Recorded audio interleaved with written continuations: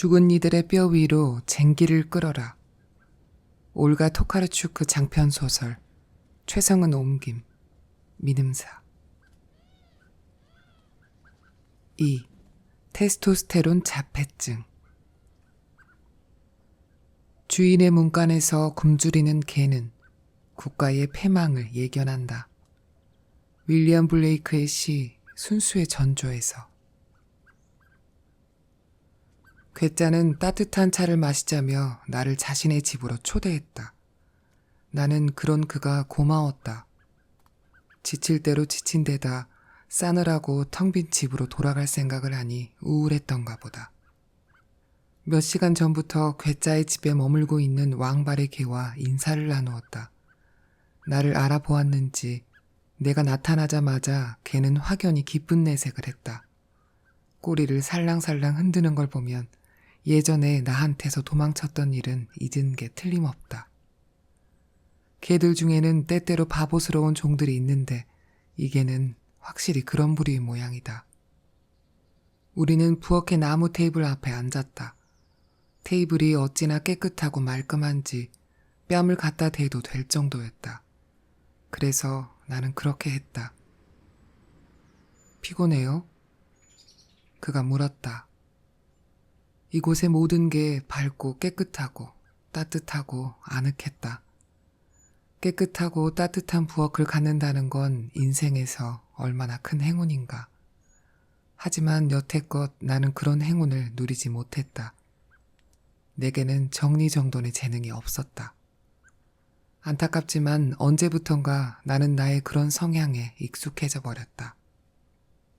미처 주위를 둘러보기도 전에 내 앞에 차가 놓였다. 손잡이가 달린 예쁜 철제 바구니 안에 유리 찻잔이 담겨 있었는데 밑에는 컵받침이 깔리고 옆에 놓인 설탕통에는 각설탕이 들어있었다. 이런 광경을 보니 달콤했던 어린 시절이 떠올랐다. 덕분에 우울했던 기분도 한결 나아졌다. 왕발의 시신을 움직이지 않는 편이 나았을지도 모르겠어요. 차를 젓는 티스푼을 꺼내기 위해 테이블에 딸린 서랍을 열면서 괴짜가 말했다.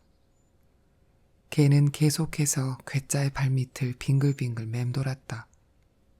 마치 자신의 작고 수척한 몸이 그려내는 궤도 밖으로 괴짜를 내보내지 않겠다는 듯이. 이러다 너 때문에 넘어지겠다. 그가 무뚝뚝하게 애정을 표시하며 개에게 말했다. 개를 키워본 적이 없어서 어떻게 다뤄야 하는지 잘 모르는 듯 했다. 개 이름은 뭐라고 할 건가요? 한 모금의 차가 속을 데워주면서 내 목구멍에 맺혀있던 감정의 응어리가 어느 정도 녹기 시작할 때쯤 내가 그에게 물었다. 괴짜는 어깨를 으쓱해 보였다. 잘 모르겠는데요. 왕팔이나 동그리는 어떨까 싶은데. 나는 아무 말도 하지 않았지만 둘 다 마음에 들지 않았다. 이 개의 이력을 고려해보면 그 이름은 전혀 어울리지 않았다. 개를 생각한다면 뭔가 다른 이름을 지어줄 필요가 있다. 공식적인 이름과 성이라 이 얼마나 빈곤한 상상력인가. 그런 식의 이름은 기억하기 어렵고 개별적인 특성과도 너무 동떨어져서 해당 인물을 떠올리는데 오히려 방해가 된다. 뿐만 아니라 세대별로 유행하는 이름이 따로 있어서 갑자기 모든 사람이 마우고자타나 파트리크 그리고 맙소사, 정말 듣기 싫은 이름이지만 야니나라 불리기도 한다. 그렇기에 나는 타인을 지칭할 때 이름과 성을 사용하지 않으려고 노력한다. 그보다는 우리가 누군가를 처음 볼 때 머릿속에 자연스레 떠오르는 표현이나 느낌을 호칭으로 사용하는 편을 선호한다. 의미를 상실한 단어를 아무렇게나 내뱉기보다는 이것이 언어를 제대로 활용하는 방법이라고 확신한다. 예를 들어 괴짜의 성은 시비에르 시친스키다. 그의 집 문패에도 그렇게 적혀 있다. 흥미로운 건 성의 앞자리, 그러니까 이름이 위치하는 곳에도 S라고 적혀 있다는 사실이다. 문자 S로 시작하는 이름이 진짜로 존재할까? 그는 항상 시비에르스친스키라고 자신을 소개하지만 그렇다고 상대방의 혀가 꼬이기를 바라지는 않을 것이다. 나는 우리가 자신만의 고유한 방식으로 타인을 바라본다고 믿는다. 그러므로 각자가 적절하다고 생각하고 어울린다고 판단되는 이름을 상대에게 부여해야 한다. 그런 의미에서 보면 우리는 정말 다양한 이름을 가진 존재다. 우리는 우리와 교류하는 사람들의 숫자만큼이나 많은 이름을 갖고 있다. 나는 시비에르시친스키를 괴짜라고 부른다. 이것이야말로 그의 고유한 특성을 가장 잘 반영한 이름이니까. 지금 저 개를 바라보면서 내 머릿속에 가장 먼저 떠오른 건 사람 이름인 마리시아다. 익숙한 동화에 등장하는 고아 소녀의 이름이라서겠지. 그만큼 개는 비쩍 마르고 수척해 보였다. 혹시 이 개가 가끔 마리시아라고 불리진 않았나요? 어쩌면요? 괴짜가 대답했다. 네, 아마 그랬을 겁니다. 제 이름은 마리시아예요. 왕발이라는 이름도 이와 비슷한 방식으로 지어졌다. 눈에 찍힌 발자국을 처음 본 순간 별로 고민할 필요도 없이 저절로 그 이름이 떠올랐다. 괴짜는 처음에 그를 털북숭이라고 불렀지만 나중에는 내게서 왕발이라는 호칭을 빌렸었다. 내가 그에게 딱 맞는 이름을 골랐다는 뜻이다. 안타깝게도 우리는 자신에게 딱 어울리는 제대로 된 이름을 스스로 선택할 수 없다. 내 서류에 기록된 이름 야니나는 정말 충격적이리만치 나와 어울리지 않고 적절치 못한 것 같다. 나는 내 진짜 이름이 에밀리아나 요한나라고 생각한다. 때로는 이름 트루트, 오래된 독일식 이름으로 활달하고 독립적인 여성을 의미한다. 또는 그와 유사한 이름이 아닐까 생각한다. 아니면 보지그니에바나 나보야일 수도. 보지그니에바는 노여움 속에서 싸우는 자, 나보야는 가장 뛰어난 여전사를 뜻하는 오래된 슬라브 이름이다. 괴짜는 절대 나를 이름으로 부르지 않는다. 거기에는 나름의 의미가 있다. 그는 호칭을 생략한 채 나와 대화를 나누는데 일가견이 있다. 그들이 올 때까지 함께 기다려 주겠어요? 물론이죠. 나는 기꺼이 동의했다. 나는 그를 대놓고 괴짜라고 부를 용기가 없음을 깨닫는다. 서로에게 가까운 이웃이 되고 나면 상대를 이름으로 부를 일은 없어진다. 그의 집 앞을 지나다가 정원에서 잡초를 뽑고 있는 그에게 말을 걸 때도 이름은 생략한다. 이미 친숙함의 특별한 단계에 이르렀으므로. 우리 마을은 고원에 위치한 몇 채의 집으로 이루어져 있다. 이 고원은 멀리 떨어진 테이블 마운틴과 지질학적으로 친족 관계에 있다. 거리가 제법 먼데도 이곳을 지나갈 때마다 테이블 마운틴의 예고편처럼 느껴지는 것은 그 때문이다. 2차 세계대전 이전에는 기류를 뜻하는 독일어 루프트주크라고 불렸다. 지금까지도 공식적인 지명이 없으므로 이 독일어 명칭이 비공식적으로 통용되고 있다.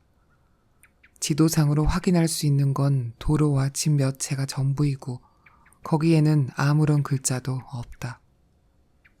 이곳에는 항상 바람이 분다.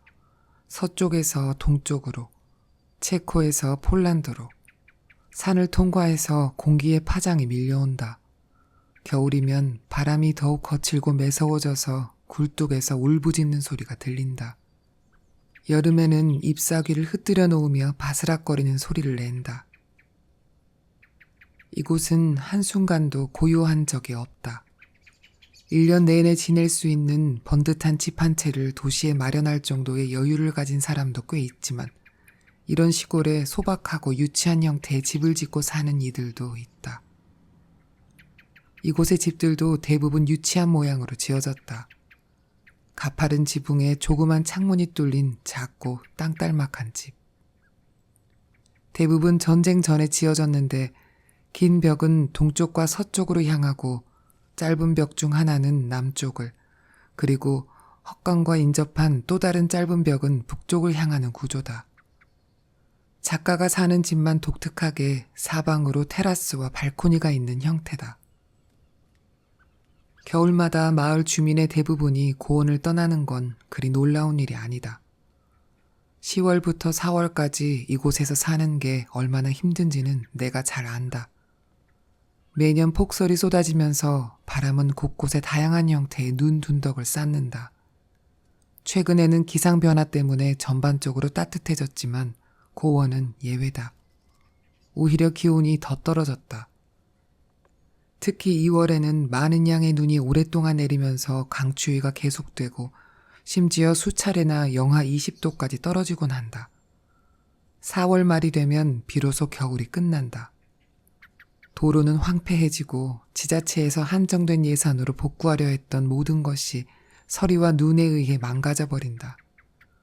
아스팔트까지 가려면 여기저기 구덩이가 파인 비포장 도로를 4km나 내려가야 하지만 그래봤자 헛수고다.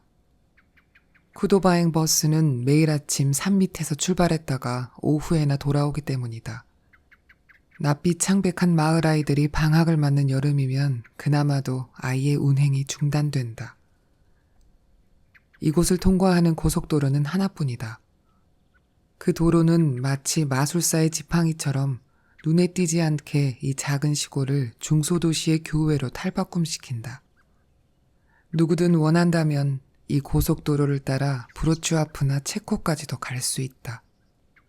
하지만 이런 열악한 조건에도 순응하며 사는 사람들은 분명 존재한다. 이 문제를 관찰하며 즐기겠다고 마음만 먹으면 아마도 상당히 많은 가설을 발견할 수 있을 것이다.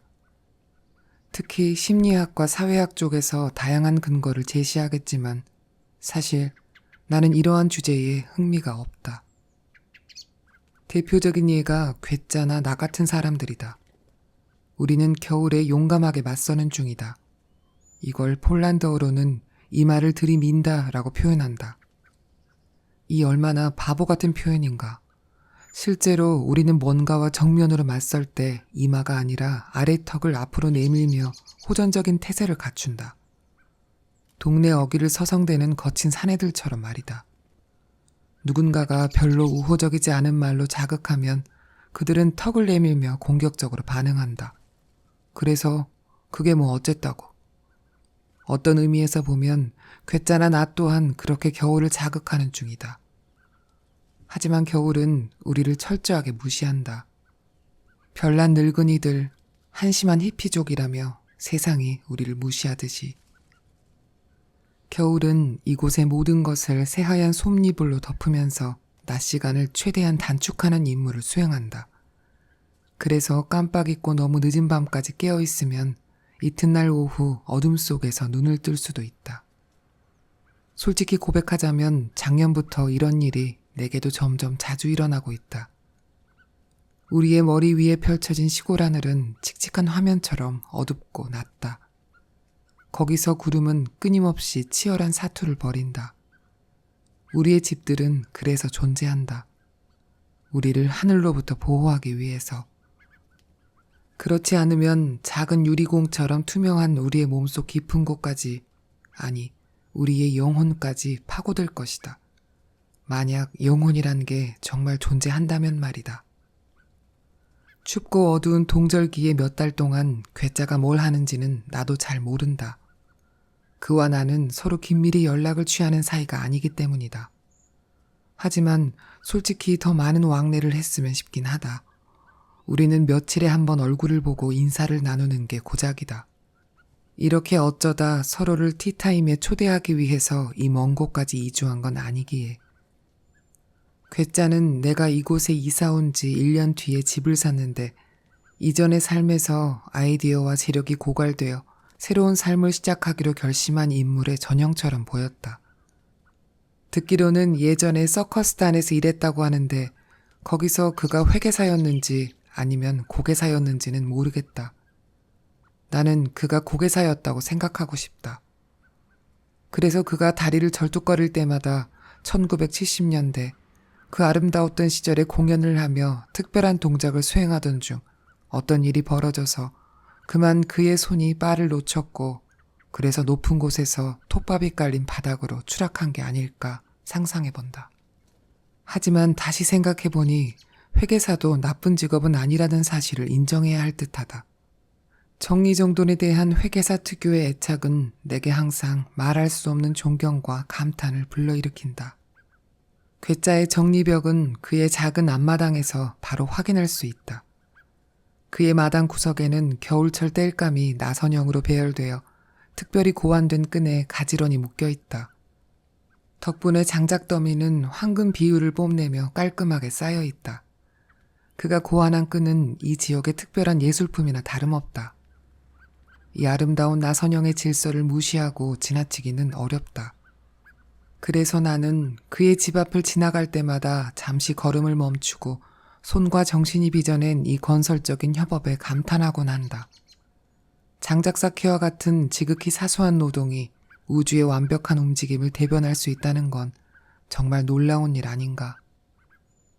괴짜의 집 앞 골목길에는 자갈이 고르게 깔려 있는데 마치 코볼트가 운영하는 지하 돌공장에서 일일이 골라낸 일정한 크기의 자갈처럼 보인다. 코볼트는 독일 민담에서 땅속에서 보석을 지키는 장난꾸러기 꼬마 요정이다. 깨끗이 세탁되어 창문에 걸린 커튼은 모든 주름이 정확히 같은 너비로 잡혀있다. 이렇게 재단하려면 특별한 장비를 사용해야 했을 것이다. 또한 정원에 핀 꽃들은 하나같이 정갈하게 손질되어 있으며 마치 체육관에서 단체로 운동이라도 한 듯 곱고 늘씬했다. 마지막으로 부엌. 괴짜가 내게 차를 내오려고 왔다 갔다 하는 동안 나는 그의 찬장의 유리컵들이 얼마나 가지런하게 정리되어 있는지, 그리고 재봉틀을 덮어놓은 천은 또 얼마나 깔끔한지 목격할 수 있었다. 그는 재봉틀도 갖고 있었다. 부끄러운 마음에 나는 두 손을 무릎 사이로 집어넣었다. 나는 오랫동안 손에 관심을 쏟지 않았다. 하지만 어쩌겠는가, 내 손이 더럽다는 것을 인정할 수밖에. 그가 티스푼을 꺼낼 때 잠시 서랍 안이 보였다. 나는 거기서 눈을 떼지 못했다. 서랍은 넓었지만 또한 접시처럼 얇은 모양이었다. 내부는 칸막이로 나뉘어져 있었는데 구획에 따라 포크와 나이프, 스푼, 그리고 주방에서 필요로 하는 다양한 도구들이 가지런히 들어있었다. 도구별로 따로 위치가 배정되어 있었지만 내게는 익숙하지 않은 것들이 대부분이었다. 괴짜의 손가락은 명확한 목적을 위해 2개의 티스푼을 집어들었다. 잠시 후 그 티스푼은 찻잔 옆에 황록색 냅킨 위에 놓일 것이다. 하지만 안타깝게도 나는 그것을 사용할 수 없었다. 이미 차를 마셔버렸으니까.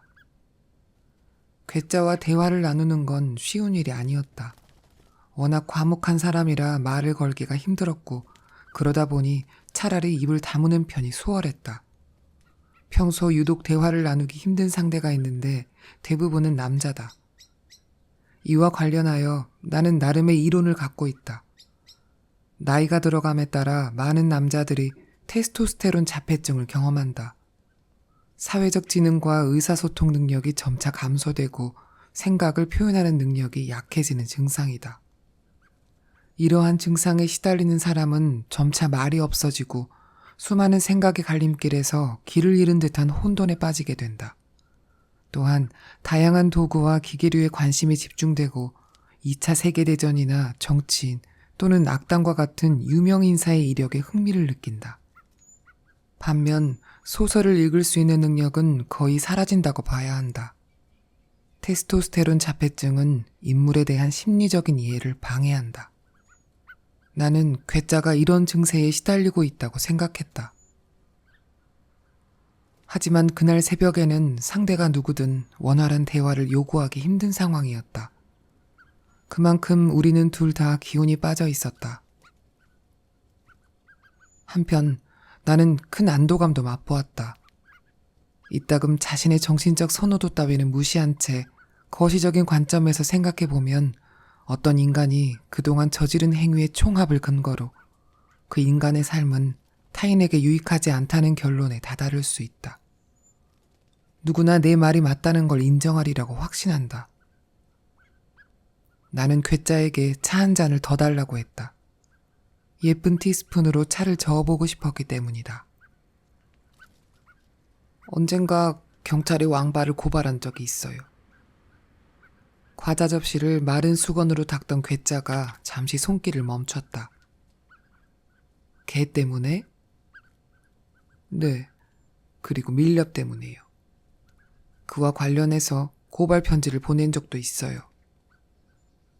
그래서 어떻게 됐어? 소용없었어요. 그가 죽은 게 잘된 일이라고 말하고 싶은 거요? 작년 크리스마스 직전에 나는 그 문제를 직접 신고하기 위해 관공서를 찾아갔다. 그 전까지는 계속 편지를 보냈다. 시민의 문의에 응답해야 하는 법적 의무가 있었지만 그 누구도 내게 답신을 주지 않았다. 경찰서는 규모가 크지 않으면서 공산주의 시대의 싸구려 자재로 지어진 획일적인 형태의 암울한 건물을 연상시켰다. 건물 내부의 분위기 또한 마찬가지였다.